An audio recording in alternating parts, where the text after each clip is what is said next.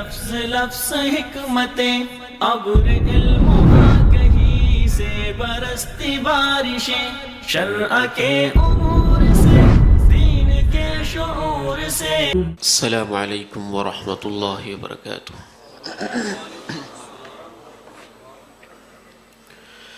الحمد لله نحمده ونستعينه ونستغفره ونعوذ بالله من شرور أنفسنا ومن سيئات أعمالنا. أشهد أن لا إله إلا الله وحده لا شريك له وأشهد أن محمدا عبده ورسوله صلى الله عليه وعلى آله وصحبه وسلم. اللهم صل على محمد وعلى آل محمد كما صليت على إبراهيم وعلى آل إبراهيم إنك حميد مجيد. اللهم بارك على محمد وعلى آل محمد كما باركت على إبراهيم وعلى آل إبراهيم إنك حميد مجيد. رب اشرح لي صدري ويسر لي أمري واحلل عقدة من لساني يفقهوا قولي. رب أعوذ بك من همزات الشياطين وأعوذ بك رب أن يحضرون. سبحانك لا علم لنا إلا ما علمتنا إنك أنت العليم الحكيم. اللهم طهر قلبي من النفاق وعملي من الرياء ولساني من الكذب وعيني من الخيانة فإنك تعلم خائنة الأعين وما تخفي الصدور. أما بعد فإن خير الحديث كتاب الله وخير الهدي هدي محمد صلى الله عليه وعلى آله وصحبه وسلم تسليما كثيرا. أعوذ بالله السميع العليم من الشيطان الرجيم من همزه ونفخه ونفثه. إن الذين يحبون أن تشيع الفاحشة في الذين آمنوا لهم عذاب أليم في الدنيا والآخرة والله يعلم وأنتم لا تعلمون. وقال سبحانه وتعالى الشيطان يعدكم الفقر ويأمركم بالفحشاء. وقال سبحانه وتعالى وجاءته إحداهما تمشي على استحياء. بہت ہی قابل احترام میرے اس فیدریش بزرگوں، معزز و مکرم زندہ و پائندہ دل میرے نوجوان بھائیوں، حیا کسے کہتے ہیں؟ اگر یہ اپنایا جائے تو اس کے فوائد کیا ہیں؟ اور جب یہ کسی فرد، خاندان، معاشرے اور قوم سے رخصت ہو جائے تو اس کے نقصانات کیا ہوتے ہیں؟ یہ ہمارا آج کا موضوع ہے. لفظ حیا عربی زبان کا لفظ ہے. حا، یا اور یا، یہ اس کا روٹ ہے. سٹیم جو ہے لغوی لحاظ سے مادہ اس کا یہ ہے. امام ابن قیم الجوزیہ رحمہ اللہ تعالی نے بڑی خوبصورت ایک بات لکھی ہے. الحیات زندگی کو کہتے ہیں، الحیا شرم و حیا کو کہتے ہیں. دونوں کا مادہ ایک ہے، لہذا الحیاء ہوا مادۃ الحیاتی. زندگی اسی شخص کی زندگی ہے جس کے اندر صفت حیا پائی جاتی ہے. معاشرے کی زندگی، فرد کی زندگی اور بین الاقوامی سطح کی زندگی. امام راغب اصفہانی رحمہ اللہ کی ایک بڑی خوبصورت کتاب ہے جس میں انہوں نے الفاظ قرآنی کی تشریح کی ہے مفردات القرآن کے نام سے. اس میں وہ حیا کو ڈیفائن کرتے ہیں انقباض النفس یبعث علی ترک القبائح نفس انسانی کے اندر، انسانی ضمیر کے اندر ایک ایسی کوالٹی اور ایک ایسا احساس جو انسان کو برے کام کرنے سے روک دیتا ہے، اسے حیا کہتے ہیں۔ ایک نوجوان فیس بک کوئی ایسا منظر کھولے بیٹھا ہے جو دوسروں کے سامنے وہ نہیں کھول سکتا، گوگل کے سرچ انجن پہ کوئی ایسا پیج اس نے اوپن کیا ہوا ہے جو دوسروں کے سامنے وہ اوپن نہیں کر سکتا ہے۔ اسی اثناء میں اس کا بڑا بھائی، اس کا باپ، اس کی بہن، اس کا ٹیچر، کوئی بڑی شخصیت آ جائے تو فوراً جو اس کے جسم پہ جھرجھری طاری ہوتی ہے، جو اس کے نفس کے اندر انقباض اور گھٹن پیدا ہوتی ہے، جو اس کے ضمیر کے اندر ملامت کا احساس پیدا ہوتا ہے، اس کے پیچھے اصل میں یہی حیا ہوتا ہے۔ اس کی کیا اہمیت ہے اور اسلامی تعلیمات کے اندر اس کو اپنانا کس قدر ضروری ہے، اس کے اندر خیر اور برکت کس قدر ہے، امام ابن قیم الجوزیہ رحمہ اللہ نے حیا کی تقریباً 10 قسمیں لکھی ہیں۔ ایک ایک قسم اس لائق ہے کہ اس پہ رکا جائے، اس کو سنا جائے، اس پہ سوچا جائے کہ میرے اندر یہ چیز پائی جاتی ہے یا نہیں پائی جاتی۔ کبھی کبھی حیا آتا ہے کسی گناہ کی وجہ سے، کسی کوتاہی کی وجہ سے، کسی کمی کی وجہ سے۔ یہ حیا تمام بنی نوع انسان میں اور اہل ایمان میں کمال درجے کا پایا جاتا ہے۔ ہمارے بابا جد امجد حضرت آدم علیہ السلام سے ایک کوتاہی ہوئی، گندم کا وہ دانہ کھا لیا جس سے اللہ نے منع کیا تھا۔ دنیا میں چلے آئے، زمین آسمان، پوری انسانی تاریخ، صدیوں نہیں ہزاروں صدیوں کے فاصلے طے ہو گئے۔ قیامت کا دن برپا ہوا، ابنائے آدم اپنے جد امجد حضرت آدم کے پاس جمع ہو کے گئے۔ اے بابا جان، آپ ہمارے ابا جان ہیں، ابو البشر ہیں، اللہ نے آپ کو اپنے ہاتھ سے پیدا کیا ہے، آج اللہ سے کہہ دیجئے نا کہ ہمارا حساب لے لے، جنت جہنم کا فیصلہ شروع ہو جائے۔ نبی مکرم رسول معظم صلی اللہ علیہ وسلم کی حدیث سے پتہ چلتا ہے کہ حضرت آدم کہیں گے مجھے اپنے رب کے سامنے جاتے ہوئے حیا آتا ہے۔ اتنا حیا، اتنے لمبے فاصلے گزرنے کے باوجود دنیا بھی آئی، سزا بھی، دنیا کے اندر حبوط اور نزول بھی ہوا، صدیاں بھی تھیں، فاصلے کٹے، قبرستان میں گئے، مدتیں بھی تھیں، اور اس وقت بھی ہمارے جد امجد کہیں گے اللہ کے سامنے مجھے جاتے ہوئے حیا آتا ہے۔ اسے حیا الذنب کہتے ہیں۔ گناہ کی وجہ سے انسان کے اندر حیا کا مادہ، کبھی کبھی حیا کی ایک قسم حیا التقصیر بھی ہوتی ہے کہ گناہ تو نہیں ہوتا، لیکن جس شخصیت اور جس ہستی سے حیا آ رہا ہوتا ہے، حیا الاجلال بھی اسے کہتے ہیں، وہ اتنے جلال والی ہے، وہ ہستی اتنی عظمت والی ہے، وہ ہستی اتنی شان والی ہے، وہ ہستی اتنی مقام والی ہے کہ اس کے سامنے جاتے ہوئے ویسے ہی حیا آ رہا ہوتا ہے کہ میں نے اس کی عبادت کا حق ادا نہیں کیا ہے۔ فرشتے جب سے تخلیق ہوئے اللہ رب العزت کی تسبیح و تقدیس کے اندر مصروف ہے، لیکن پھر بھی اللہ سے مسلسل حیا کرتے رہتے ہیں۔ ما عبدناک حق عبادتک، اے اللہ ہم نے تیری عبادت کا حق ادا نہیں کیا ہے۔ کبھی حیا کی کیفیت ایسی بھی ہو جاتی ہے، جبریل کو آواز دی جاتی ہے، 600 پروں والا جبریل جب رب جلیل اس کو بلاتے ہیں تو سکڑتے سکڑتے ٹوٹی ہوئی ایک بوری کے ٹکڑے کی طرح رہ جاتا ہے۔ میرا رب مجھے بلا رہا ہے۔ اس کو حیا الاجلال کہتے ہیں۔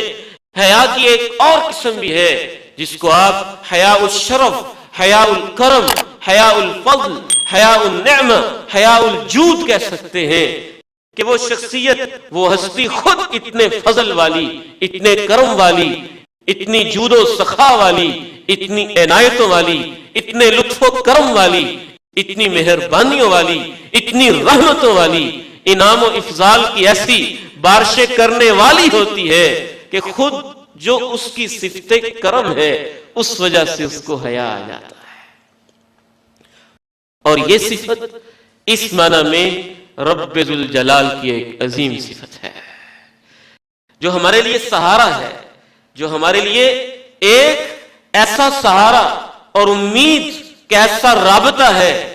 کبھی کبھی اللہ کی صفت حیا کو سوچتے ہیں تو یوں جیسے انسان کے اندر فخر سا آ جاتا ہے کہ اللہ ہم نے تیرے جیسے رب کو پایا ہے جو حیا کرنے والا ہے۔ رسول اکرم صلی اللہ علیہ وسلم ارشاد فرماتے ہیں ان اللہ حی کریم یستحیی من العبد اذا رفع یدیہ ان یردہما صفرا لیس فیہما شیء۔ لوگوں یاد رکھنا، رب کریم بڑے حیا والے ہیں، بڑے ہی کرم والے ہیں۔ یستحیی من العبد اذا رفع یدیہ، جب اس کا بندہ اس کے سامنے ہاتھ اٹھا لیتا ہے تو اس کرم والے رب کو ان اٹھے ہوئے ہاتھوں کو خالی لوٹاتے ہوئے حیا آ جاتا ہے۔ میرا بندہ میرے سامنے فقیر بن کے آئے، میرے در میں سوالی بن کے آئے، ہاتھ بھی اٹھا دے، رب ذوالجلال کی عظمت، اس کی رحمت، اس کے فضل کے اوپر یقین کرتے ہوئے اور اسے گواہ بنا کے کہتا ہوں یہ ممکن نہیں ہے کہ بندہ رب کے سامنے ہاتھ اٹھائے اور اللہ ان ہاتھوں کو خالی لوٹا دے۔ وہ حیا والا ہے، اس معنی میں یہ اللہ رب العزت کی صفت ہے۔ اور یاد رکھیے حیا کا سب سے بڑا فائدہ یہ ہے، سب سے عظیم فائدہ، سب سے بڑا فائدہ حیا کے اندر یہ پایا جاتا ہے۔ جو آج اللہ کی زمین پہ رہتے ہوئے رب ذوالجلال سے حیا کر جاتا ہے نا، امام ابن قیم الجوزیہ رحمہ اللہ تعالی فرماتے ہیں کہ کل جب یہ بندہ اللہ کے سامنے جائے گا، جو ساری زندگی اللہ کا حیا کرنے والا ہے، تو اس کو عذاب دیتے ہوئے اللہ تعالی حیا فرما جائے گے کہ میرا بندہ مجھ سے حیا کرنے والا، شرم کھانے والا، اور یہ آج میرے سامنے آیا ہے تو وہ بڑی عظیم ہستی ہے، جلال والے، عظمت والے، کرم والے، انعام والے، مہربانیوں والے، رحمتوں والے ہیں۔ بات کو آگے بڑھاتے ہیں میرے محترم بھائیوں، تو حیا کی 10 کے قریب اللہ رب العزت کے عظیم دین کے ماہرین نے، اور ان میں سے بالخصوص امام ابن قیم الجوزیہ رحمہ اللہ نے کس نے بیان کی ہیں، معمولی نہ سمجھیے گا اس موضوع کو۔ حیا تو ایک ایسی چیز ہے کہ اللہ رب العزت کے عظیم پیغمبر علیہ الصلوۃ والسلام نے اسے ایمان کی ایک شاخ قرار دیا ہے۔ صحیح بخاری کی حدیث ہے، رسول اللہ صلی اللہ علیہ وسلم ارشاد فرماتے ہیں الحیاء بضع وستون شعبہ اعلاها لا الہ الا اللہ وادناها اماطۃ الاذى عن الطریق والحیاء شعبۃ من الایمان او کما قال علیہ الصلاۃ والسلام۔ آپ فرماتے ہیں لوگوں، اللہ نے ایمان کی 70 کے قریب شاخیں بنائی ہیں، سب سے اونچی شاخ لا الہ الا اللہ ہے، سب سے چھوٹی شاخ راستے سے کانٹے کو پیچھے ہٹا دینا ہے۔ والحیاء شعبۃ من الایمان، اور حیا بھی ایمان کی ایک شاخ ہے۔ جہاں تک مجھے سمجھ آتی ہے کہ اللہ رب العزت نے یہ جو حیا چیز ایمان ہے، اس کی مثال ایک بیج کی طرح سمجھ لیں۔ جیسے ایک بیج ہوتا ہے، آپ اس بیج کو بوتے ہیں، زمین کے سینے میں دفن ہوتا ہے، اس بیج کے اندر ایک ڈیٹا ہوتا ہے، پوری ایک معلومات کی دنیا ہوتی ہے، پھر اس کو پانی لگتا ہے، پھر اس کو کھاد لگتی ہے، زمین کے سینے کو چیرتا ہے، پھر ایک ہلکی سی معمولی سی اور خوبصورت پمپل اس سے نمودار ہوتی ہے، پھر ٹہنیاں بنتی ہیں، شاخیں بنتی ہیں، پتے لگتے ہیں، رنگت آتی ہے، پھل لگتا ہے، ذائقے بنتے ہیں، پھر وہ تناور درخت بنتا ہے۔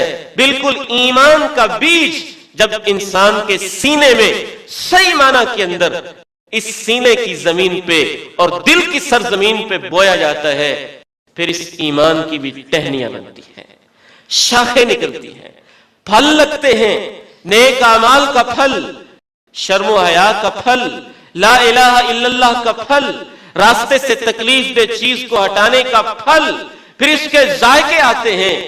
ایمان کا بیج جب دل کی دنیا میں آ جاتا ہے، پھر اس کے اثرات ہاتھوں میں آتے ہیں، آنکھوں میں آتے ہیں، لہجوں میں آتے ہیں، بول میں آتے ہیں، غمزے میں آتے ہیں، اشوے میں آتے ہیں، قدموں کی آفتوں میں آتے ہیں، دماغ کی سوچ میں آتے ہیں، دل کے کونے کونے گوشے گوشے کے اندر آتے ہیں، پھر یہ ایسا درخت بن جاتا ہے۔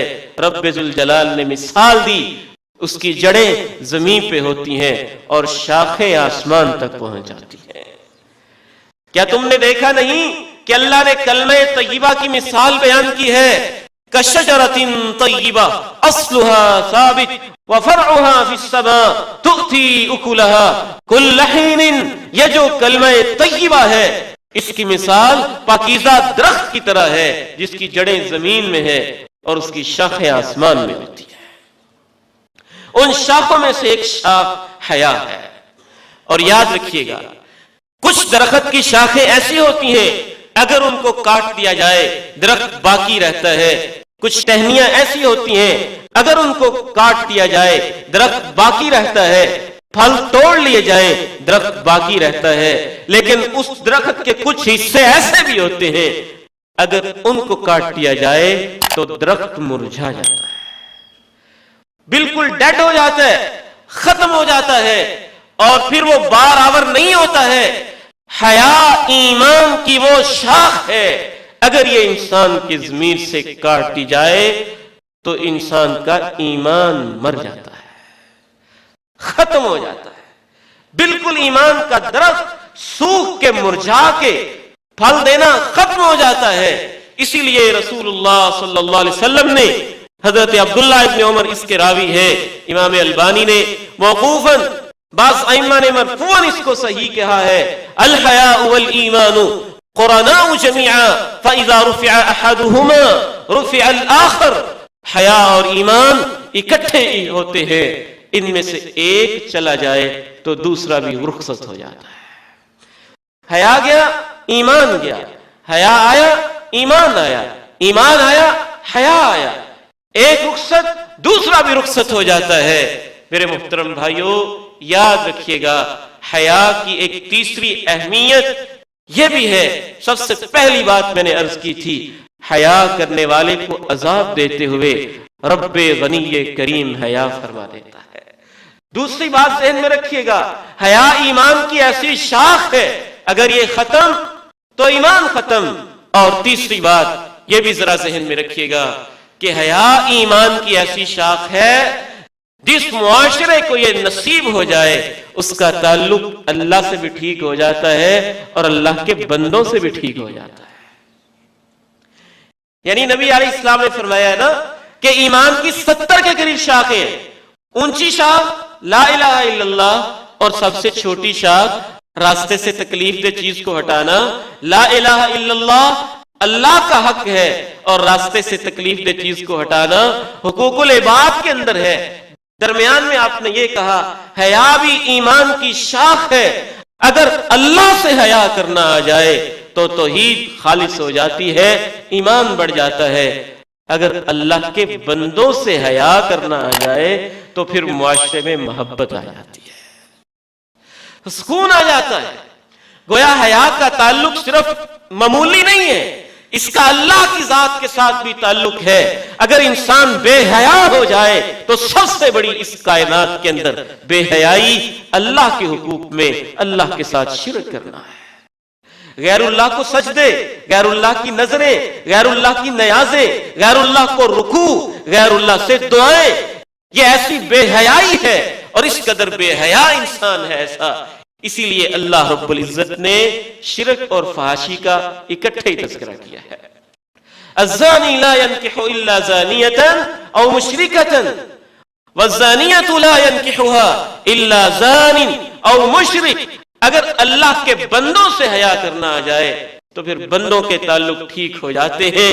اپنے استاد کا حیا، اپنے بھائی کا حیا، اپنے پڑوسی کا حیا، اپنی بہن کا حیا، اپنے رشتوں کا حیا، اپنی ماں کا حیا، اپنے باپ کا حیا، اپنے تعلقات معاملات کا حیا کہ اتنے سالوں سے ہم اکٹھے ہیں اور اس سارے تعلق پہ پانی پھیرتے ہوئے 1 منٹ کے اندر ساری اس کی محنتوں پہ پانی پھیر دیا اور اس کو ضائع اور تباہ و برباد کر کے رکھ دیا. مطلب یہ ہوگا کہ اس نے تعلق کا حیا نہیں کیا ہے. حضرت زبیر بن عوام رضی اللہ عنہ کیسا حیا تھا صحابہ کے اندر. بیان کرتے ہیں اللہ کے حیا کے حوالے سے یہ بات میرے ذہن میں امام ابن ابی دنیا رحمہ اللہ نے کتنی خوبصورت بات لکھی ہے. مکارم الاخلاق نامی کتاب کے اندر جناب صدیق رضی اللہ تعالی عنہ کہا کرتے تھے کہ میں جب بیت الخلا جاتا ہوں مجھے کپڑے اٹھانے پڑتے ہیں تو مجھے اس وقت اللہ سے حیا آ رہا ہوتا ہے. اللہ سے حیا آ رہا ہوتا ہے. ایسے عظیم لوگ باز ابن حکیم آتے ہیں، کہتے میرے دادا جان اللہ کے نبی علیہ السلام کے پاس آئے اور آپ سے پوچھنے لگے اے اللہ کے نبی یہ شرمگاہوں کا معاملہ کیا معاملہ ہے؟ کہا احفظ عورتک، اپنی شرمگاہ کو چھپا کے اس کی حفاظت کیا کرو. الا من زوجتک، سوائے اپنی بیوی کے، او ما ملکت یمینک، یا اپنی لونڈی کے. پوچھتے پوچھتے وہ صحابی یہاں تک پوچھتے ہیں اے اللہ کے نبی جب میں تنہا ہوں اکیلا ہوں تو اس وقت کپڑے اتارنا برہنہ ہونا اس بارے میں کیا خیال ہے؟ آپ نے جواب دیا فاللہ احق ان یستحیا منہ، اس وقت اللہ سے حیا آنا چاہیے. بغیر ضرورت کے اس وقت بھی برہنہ نہیں ہونا، اس وقت اللہ سے حیا آنا چاہیے. یہ اللہ سے حیا ہے، اللہ کے بندوں سے حیا. صحابہ کرام رضوان اللہ علیہم اجمعین میں کس کمال درجے کا پایا جاتا تھا یہ صحابی جلیل بیان کرتے ہیں. زبیر ابن عوام غزوہ احد کے شہداء لیٹے ہوئے ہیں اللہ کی راہ میں اپنی جانیں نچھاور کرنے والے. کسی کا ناک کاٹا گیا، کسی کا کان کاٹا گیا، کسی کے اعضاء کو ٹکڑے ٹکڑے کیا گیا. ایک عورت بھاگے بھاگے آتی ہے، مسند احمد کی حدیث ہے، شہداء کی لاشوں کی طرف آگے جا رہی ہے. نبی علیہ السلام فرماتے ہیں المرأة المرأة، روکو روکو، عورت ذات ہے شہیدوں کی لاشوں پہ جائے گی. مطلب روکنے کے 2 سمجھ میں آتے ہیں. کہیں ایسا نہ ہو کہ وہ شہداء جو پڑے ہیں ان کا کوئی ایسا عضو جو عورت کے لیے دیکھنا مناسب نہیں، کہیں اس پہ نگاہ نہ پڑ جائے. دوسرا مطلب کہیں اپنے کسی رشتہ دار عزیز کو دیکھ کے بین نہ کرے، نو نہ کرے، روکو اس عورت کو. زبیر ابن عوام کہتے ہیں مجھے اندازہ ہوا کہ تو میری والدہ لگتی ہیں. میں آگے بڑھا، میری امی جان حضرت صفیہ رضی اللہ تعالی عنہا تھیں. میں نے روکا. حضرت صفیہ بڑی بہادر اور صحت مند خاتون تھیں. کہتے لدغتنی لدغا، میری امی جان نے یوں مجھے دھکا دیا. میں پیچھے ہٹ گیا. میں نے کہا والدہ محترمہ امی جان میں خود نہیں آیا، مجھے اللہ کے پیغمبر نے بھیجا ہے، اللہ کے رسول علیہ السلام کا حکم ہے، بس وہیں پہ سٹاپ. کیا مجال کہ آگے کوئی بات ہو. کہنے لگی بیٹے یہ 2 کفن کی چادریں ہیں، مجھے پتا چل گیا ہے میرا حمزہ رضی اللہ عنہ شہید ہو چکا ہے. مجھے یہ بھی پتا چل گیا ہے اس کی لاش کی کیسے بے حرمتی کی گئی ہے. میں اس شہید پہ رونے نہیں آئی، جزا فضا کرنے نہیں آئی. میں کفن کی 2 چادریں لے کے آئی ہوں کہ میرے حمزہ کو ان چادروں کے اندر تم نے کفن دینا ہے. چادریں لے لی، کفن دینے لگے. مسند احمد کی یہ حدیث بتاتی ہے جو حسن درجہ کی ہے کہ حضرت حمزہ رضی اللہ تعالی عنہ ان کی لاش ایک طرف کفن دینے لگے. ان کے پڑوس میں انصاری صحابی کی لاش پڑی ہے اور ان کے لیے کفن کا کوئی انتظام نہیں ہو سکا ہے. حیا کیا ہوتا ہے یہاں سے سمجھ میں آئے گی. تعلقات میں حیا، پرانی یادوں کو ذہن کے اندر رکھنا، تعلقات کو نبھانا، اس کے اندر حیا کیا ہوتا ہے. حضرت زبیر ابن عوام رضی اللہ عنہ کے الفاظ ہیں فوجدنا غضاضة وحیاء، ان نکفن حمزہ فی ثوبین والانصاری بجنبہ لیس لہ کفن. ہمیں حیا آیا کہ مدینے والے صحابی کا کوئی کفن بھی نہ ہو، اور بے شک کہ اللہ کے رسول کے چچا ہیں، ان کو 2 چادروں میں کفن دے دیا جائے. کیوں حیا آیا؟ سابقہ باتیں یاد آئیں کہ جب مہاجرین، حضرت حمزہ مہاجر ہیں، مکی ہیں، قرشی ہیں، ہاشمی ہیں، عم رسول ہیں، جب ہجرت کر کے آئے تھے، نہ کپڑے تھے، نہ زمینیں تھیں، نہ مکان تھا، نہ کچھ اور تھا. انصاری صحابہ نے، مدنی صحابہ نے پھر ایثار کیا. ایثار کی نئی داستانیں کائنات کے صفحے پہ، تاریخ کے اوراق پہ روشن یہ داستانیں رقم کی تھیں. آج ہمیں پناہ دینے والے وہ صحابی، ان کے لیے کفن کی 1 چادر بھی نہ ہو اور حضرت حمزہ کو 2 چادروں میں کفن دیا جائے. ہمیں یہ سوچ کے حیا آنے لگ گیا. پھر ہم نے فیصلہ کیا کہ 1 چادر حضرت حمزہ کو دی جائے گی اور 1 چادر انصاری صحابی کو بطور کفن دی جائے گی. کہتے جب ہم نے چادریں نکالی، ایک چھوٹی تھی، ایک بڑی تھی، پھر حیا آیا. حیا کیا ہوتا ہے؟ تعلق میں حیا کیا ہوتا ہے؟ اس حدیث سے روز روشن کی طرح میرے بھائیوں اور بزرگوں واضح ہو جاتا ہے. کہتے پھر ہم نے قرآن اندازی کی، جس کے نام پہ جو چادر نکلی اس کے مطابق ہم نے کفن پہنا دیا. اسے تعلقات میں حیا کہتے ہیں. کہ یاد رکھنا، تعلقات کو یاد رکھنا. آج حیا اور شرم کے حوالے سے میرے محترم بھائیوں، نہ صرف اللہ کا حیا ہمارے معاشرے سے ختم ہوتا جا رہا ہے، بلکہ والدین کا، رشتہ داروں کا، پڑوسیوں کا، ہمسایوں کا، دوست احباب کا، علماء کا، اپنے مشائخ کا، بزرگوں کا، اپنے ساتھیوں کا، ساتھ رہنے والوں کا. تو حیا ایمان کی ایسی شاخ ہے، اگر یہ اوپر کی طرف چلی جائے تو حقوق اللہ ٹھیک ہو جائیں گے، نیچے کی طرف آ جائے تو حقوق العباد کی اصلاح ہو جائے گی. اب اس تصویر کا ایک چوتھا پوائنٹ بیان کر کے پھر دوسرا رخ میں آپ کے سامنے رکھوں گا. چوتھا فائدہ حیا کا، نبی علیہ الصلوۃ والسلام ارشاد فرماتے ہیں ما کان الحیاء فی شیء الا زانہ.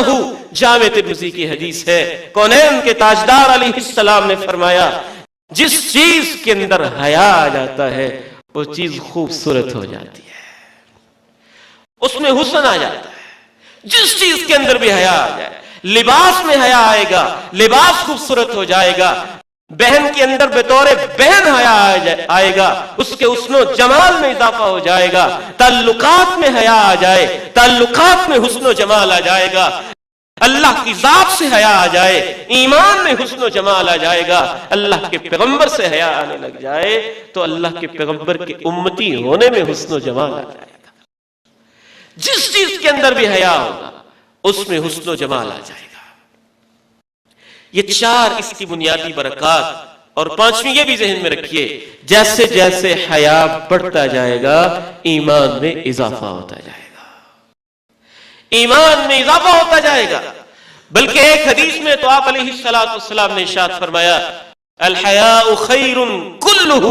اگر دین کا خلاصہ، خیر اور بہتری کا خلاصہ سننا چاہتے ہو تو حیا. حیا آ جائے انسان کے اندر، شرم آ جائے، ہیزیٹیشن آ جائے، حیا کے احساسات، جذبات انسان کے اندر پیدا ہو جائیں.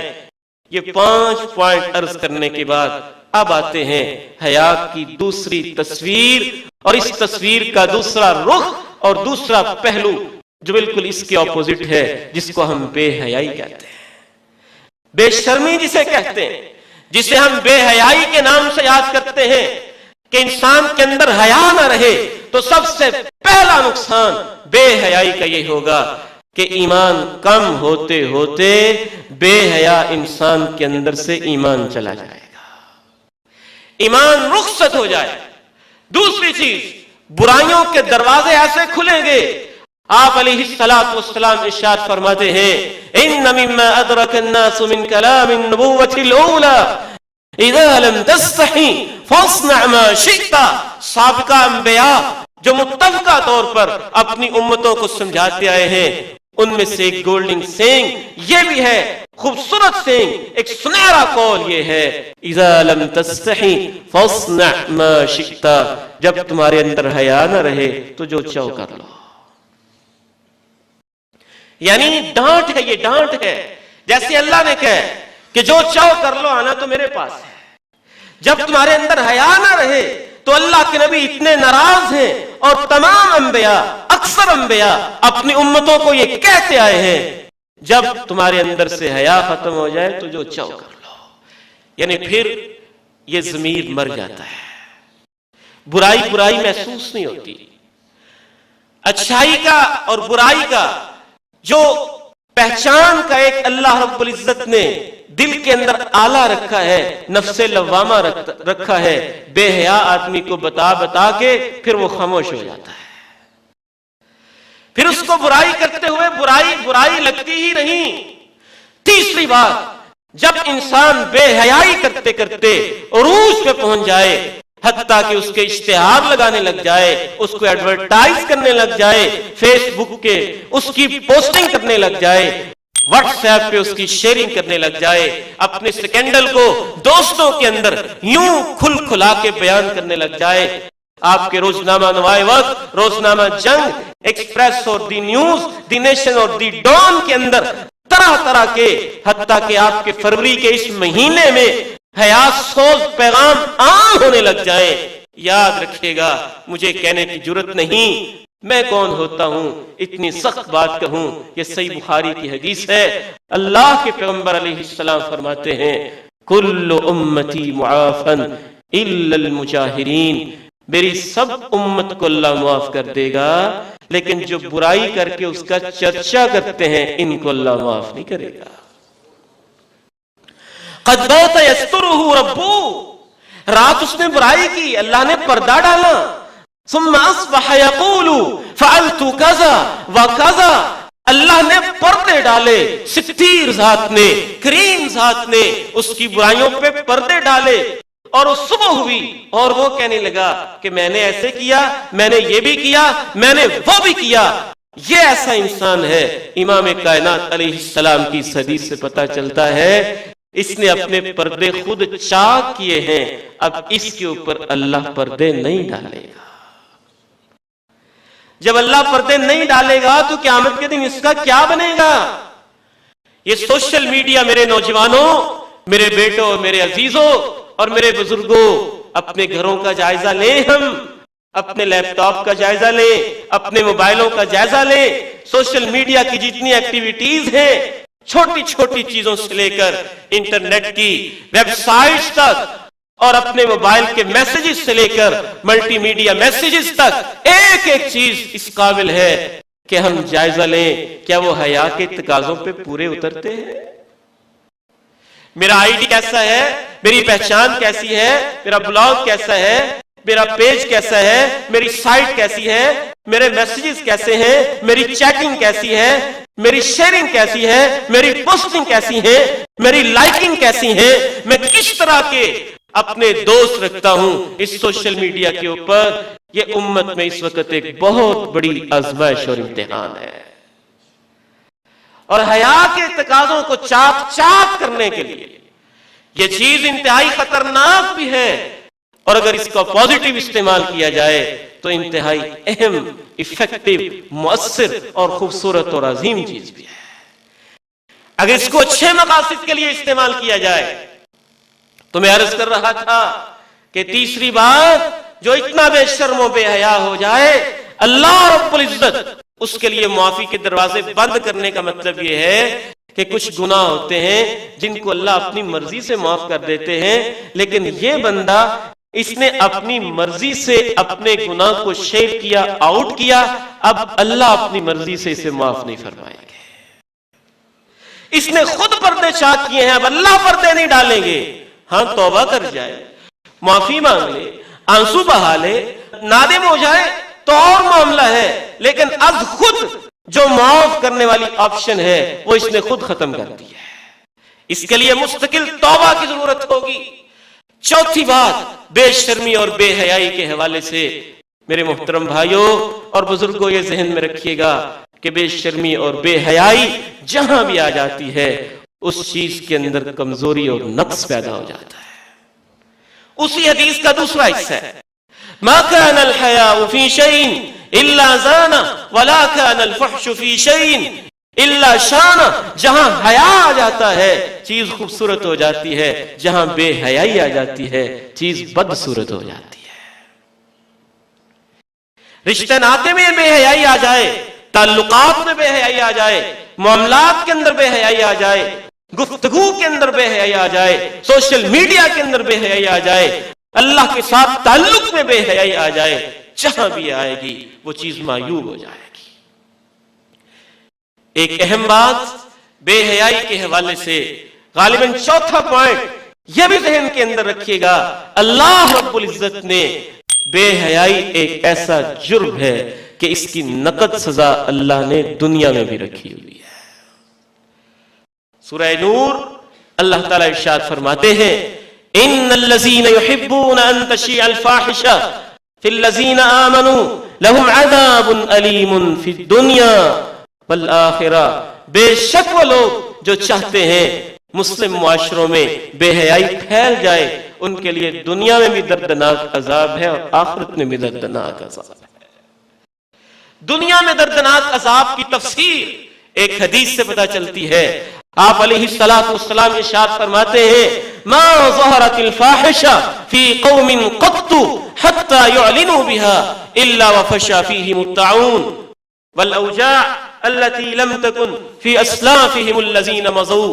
جب بھی کسی قوم کے اندر فحاشی عام ہو جائے یہاں تک کہ وہ اس کے ذریعے اعلان کرنے لگ جائیں تو اس قوم کے اندر اللہ کی طرف سے طاعون اور دردوں کی ایسی بیماریاں آتی ہیں جن کا نام بھی ان کے باپ داداؤں نے نہیں سنا ہوتا ہے۔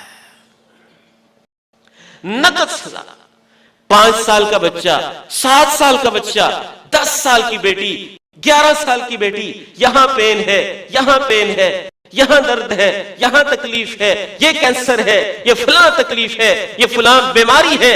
یاد رکھیے اور بھی فیکٹرز ہو سکتے ہیں، ہمیں اس سے انکار نہیں، لیکن اس سے زیادہ فیکٹر یہ ہے جو اللہ کے رسول علیہ السلام نے بتایا، جب فحاشی عام ہو جائے گی طاعون اور دردوں کی بیماریاں عام ہو جائے گی۔ طاعون کو آج کے دور میں ہم کینسر کا نام دے سکتے ہیں۔ الاوجاع پین، وہ تو ہمارا پورا معاشرہ ہی اس کا شکار ہے۔ اللہ کے ایک عظیم بندے ہیں، 90 سال کی عمر ہے، کشتی سے نیچے اترتے ہیں، چھلانگ لگاتے ہیں اور پوچھنے والے پوچھتے ہیں بابا جی اس عمر میں اور آپ اتنے ایکٹیو، کہنے لگے ہذہ جوارح حفظناها فی شبابنا فحفظها اللہ لنا۔ ہم نے جوانی میں ان کو بچا کے رکھا تھا، اللہ نے بڑھاپے میں ان کو ہمارے لیے بچا کے رکھا ہوا ہے۔ ایمان کی دنیا میں بھی اثرات ہوتے ہیں، آخرت میں بھی اثرات ہوتے ہیں۔ 5واں نقصان بے حیائی کا میرے محترم نوجوانوں، خصوصاً میں آپ سے کہنا چاہتا ہوں، اس کو معمولی بات نہ سمجھنا، اس کا 5واں نقصان بالخصوص عزتوں کو لوٹنے والی بے حیائی، یہ ایک قرض ہوتا ہے جو ایک نوجوان اپنے سر پہ اٹھاتا ہے اور اس کی بہن یا بیٹی جوان ہو کے اس قرض کو پھر واپس کرتی ہے۔ مستدرک حاکم میں حدیث ہے، اگرچہ وہ سندن ضعیف ہے لیکن ہم اس کو اللہ کے رسول کا فرمان اس لیے نہیں کہہ سکتے کہ اس کی سند ضعیف ہے۔ عفوا عن نساء الناس تعف نساءکم، لوگوں کی عزتوں کے تم محافظ بن جاؤ، اللہ تمہاری عزتوں کی حفاظت فرمائے گا۔ لیکن اسلاف نے کہا ہے، بالخصوص امام شافعی رحمہ اللہ تعالی کہا کرتے تھے کہ زنا ایک قرض ہوتا ہے جو اسے دوبارہ چکانا پڑتا ہے۔ 6واں نقصان بے حیائی کا، فحاشی کا، برائیوں کا، آخرت کے اندر شدید ترین نقصان، آخرت کے اندر اس کا 6واں نقصان یہ ہوتا ہے، نبی علیہ السلام ارشاد فرماتے ہیں مجھے خواب کے اندر سیر کروائی گئی، عالم بالا کی، میں نے دیکھا ایک ایسا منظر ہے، اس منظر میں میں ایک تندور دیکھتا ہوں، اعلاہ ضیق واسفلہ واسع، اس کا اوپر والا حصہ تنگ ہے، نیچے والا حصہ کھلا ہوا ہے، اس کے اندر مرد ہیں، عورتیں ہیں، بالکل برہنہ اور ننگے، اور ان کو آگ لگائی جا رہی ہے۔ میں اپنی آنکھوں سے یہ منظر بھی دیکھتا ہوں، جب نیچے سے فرشتہ آگ لگاتا ہے تو وہ یوں بوائل ہوتے ہیں، ابل کے تندور کے منہ تک آ جاتے ہیں۔ میں محسوس کرتا ہوں شاید یہ باہر نکل جائیں گے، زو زو وہ شور کرتے ہیں، پھر نیچے ہو جاتے ہیں، پھر آگ لگائی جاتی ہے، پھر اوپر چلے جاتے ہیں، پھر نیچے آ جاتے ہیں، پھر آگ لگتی ہے، پھر اوپر جاتے ہیں، تندور کے منہ تک پہنچ کے لگتا ہے باہر نکلیں گے، پھر نیچے کر دیا جاتا ہے۔ میں پوچھتا ہوں یہ کون لوگ ہیں؟ مجھے بتایا جاتا ہے الزنات والزوانی من امتک، اے اللہ کے پیغمبر یہ آپ کی امت کے زنا کرنے والے مرد اور زنا کرنے والی عورتیں ہیں، یہ ان کو سزا دی جا رہی ہے۔ ساتواں نقصان بے حیائی کا میرے محترم بھائیوں یہ ہوتا ہے، جو معاشرہ بے حیا ہو جائے، جو نمازی بے حیا ہو جائے، جس کی نماز اس کے اندر حیا پیدا نہ کرے، جو آنکھیں بے حیا ہو جائیں، جو دل بے حیا ہو جائے، جو زبان بے حیا ہو جائے، اللہ رب العزت اس سے نفرت کرتے ہیں اور اس پہ ناراض ہو جاتے ہیں،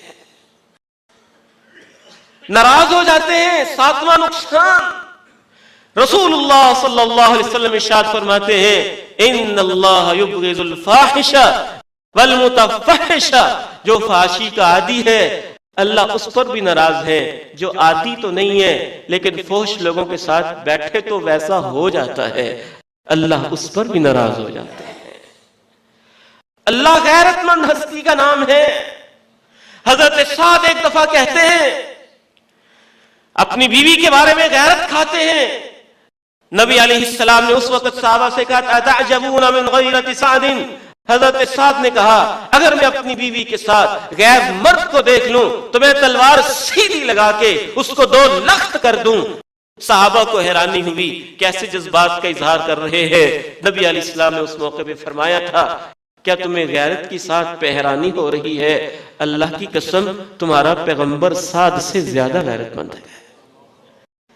پھر آپ نے فرمایا واللہ اغیر منی، اور یاد رکھیے گا تمہارا رب تمہارے پیغمبر سے بھی زیادہ غیرت مند ہے۔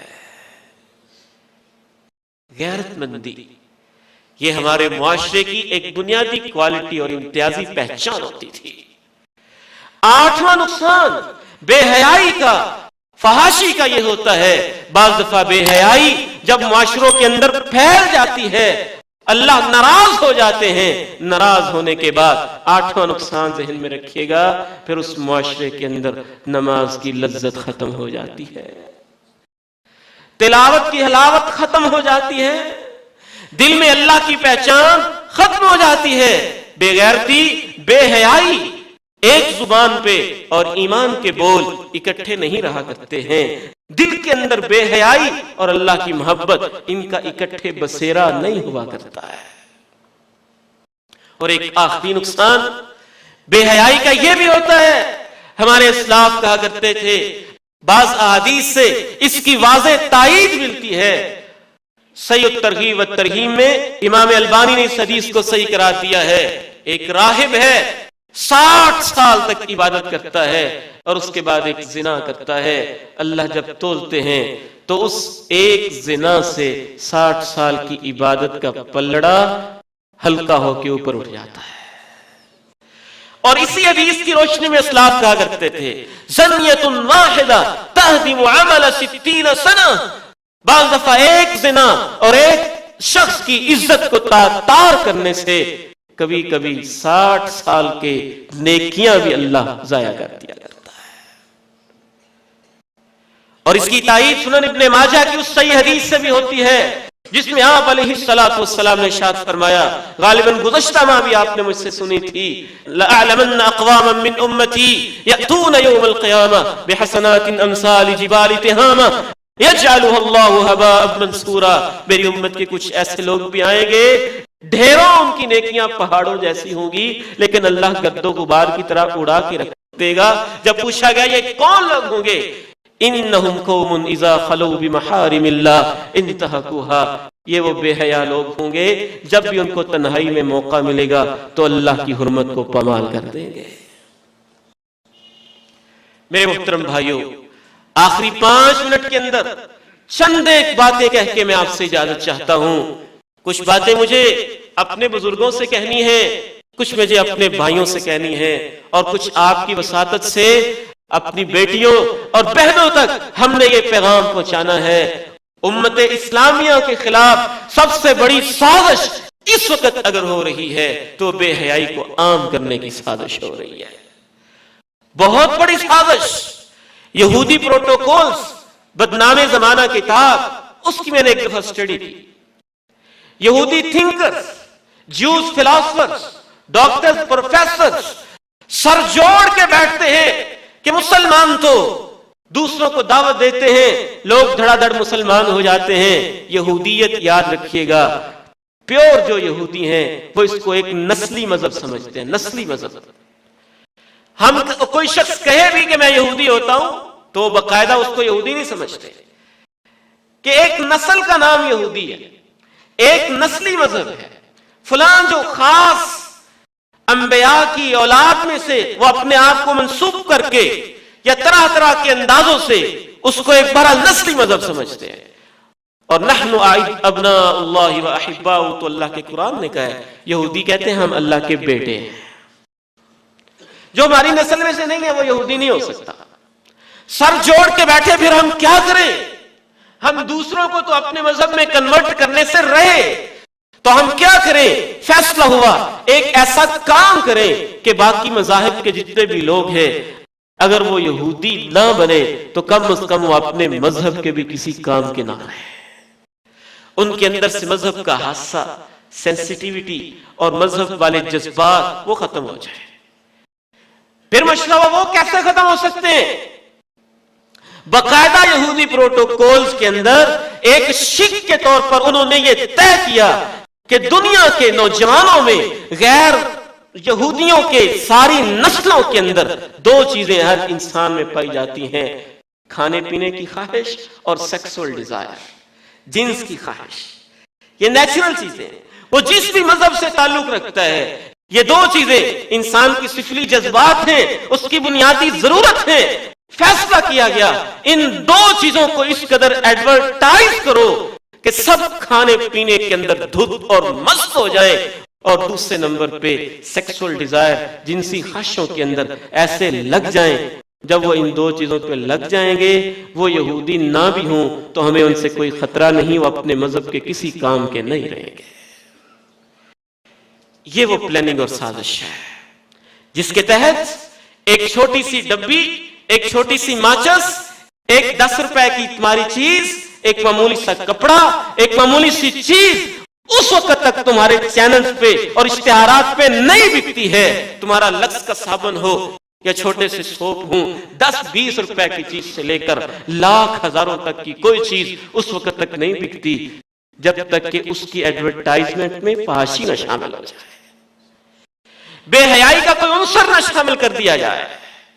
وہ نوجوان جو ہر وقت اس طرح کے منظر اپنی آنکھوں سے دیکھتے رہیں گے، وہ اللہ کے نبی کی امتی ہونے کی حیثیت سے کیا کام کر پائیں گے؟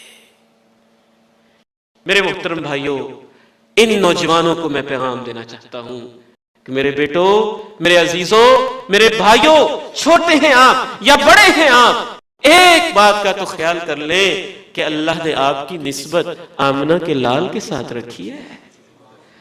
تمہارا تعلق کس کے ساتھ ہے؟ تمہارا رشتہ کس کے ساتھ بنتا ہے؟ تم اپنی نسبتیں کہاں جوڑتے ہو؟ اس پیغمبر کے ساتھ کان اشد حیاء من الازراء فی خرها، جو ایک نوجوان عرب کی بیٹی سے زیادہ شرم و حیا والے تھے۔ اس قدر شرم و حیا کہ ایک نوجوان نے جب پوچھا تھا اے اللہ کے نبی مجھے زنا کی اجازت دے دیں، ناراض نہیں ہوئے، اس کو قریب کیا، کہا بیٹے اپنی ماں کے لیے، بہن کے لیے، خالہ کے لیے اس چیز کو پسند کرتے ہو؟ کہا نہیں۔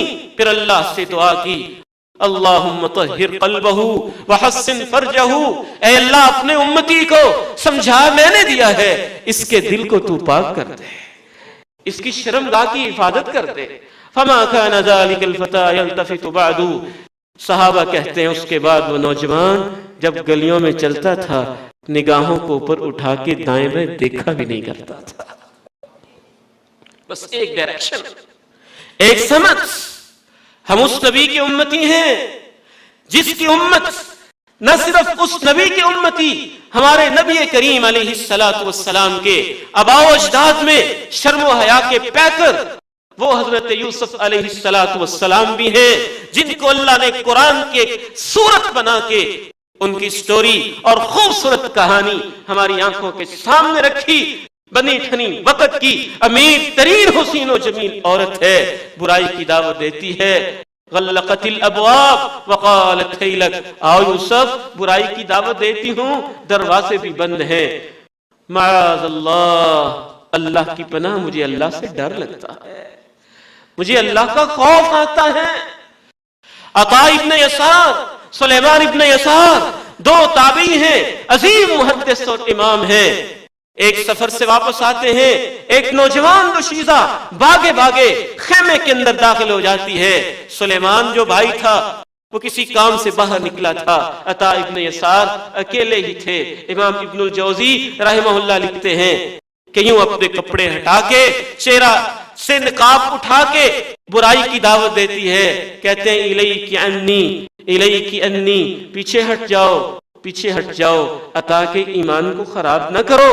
جب وہ زیادہ اصرار کرتی ہے، جناب عطا ابن یسار رحمہ اللہ کی آنکھوں میں آنسو آ جاتے ہیں، ہچکی بند جاتی ہے، ایمان کی فکر پڑ جاتی ہے، رونے لگ جاتے ہیں۔ اس قدر روتے ہیں، اس قدر روتے ہیں، جب برائی کی دعوت دینے آئی تھی اس کی آنکھوں میں بھی آنسو آ جاتے ہیں۔ سلیمان واپس آتے ہیں، میرا بھائی عطا بھی رو رہے، سامنے بیٹھی عورت بھی رو رہی ہے، بڑے بھائی کا شرم و حیا اتنا ہے پوچھ نہیں سکے، بس ان کی آنکھوں میں آنسو دیکھ کے یہ بھی رونے لگ جاتے ہیں۔ دونوں بھائی بیٹھ کے اس قدر زارو کتار روتے ہیں کہ عورت وہاں سے واپس چلی جاتی ہے۔ وقت گزرتا چلا جاتا ہے، مصر کا سفر کرتے ہیں، خواب کے اندر حضرت عطا ابن یسار رات لیٹے لیٹے اچانک اٹھ کے رونا شروع کر دیتے ہیں۔ سلیمان پوچھتے ہیں بھائی جان کیا ہوا ہے؟ کہا میں بتانا نہیں چاہتا تھا لیکن آج تمہیں بتاتا ہوں، آج اللہ نے خواب میں حضرت یوسف کی ملاقات کروائی ہے۔ جب خواب میں ملے تو میں نے ان سے کہا جناب یوسف مجھے بہت رونا سا آتا ہے جب میں آپ کا واقعہ پڑھتا ہوں۔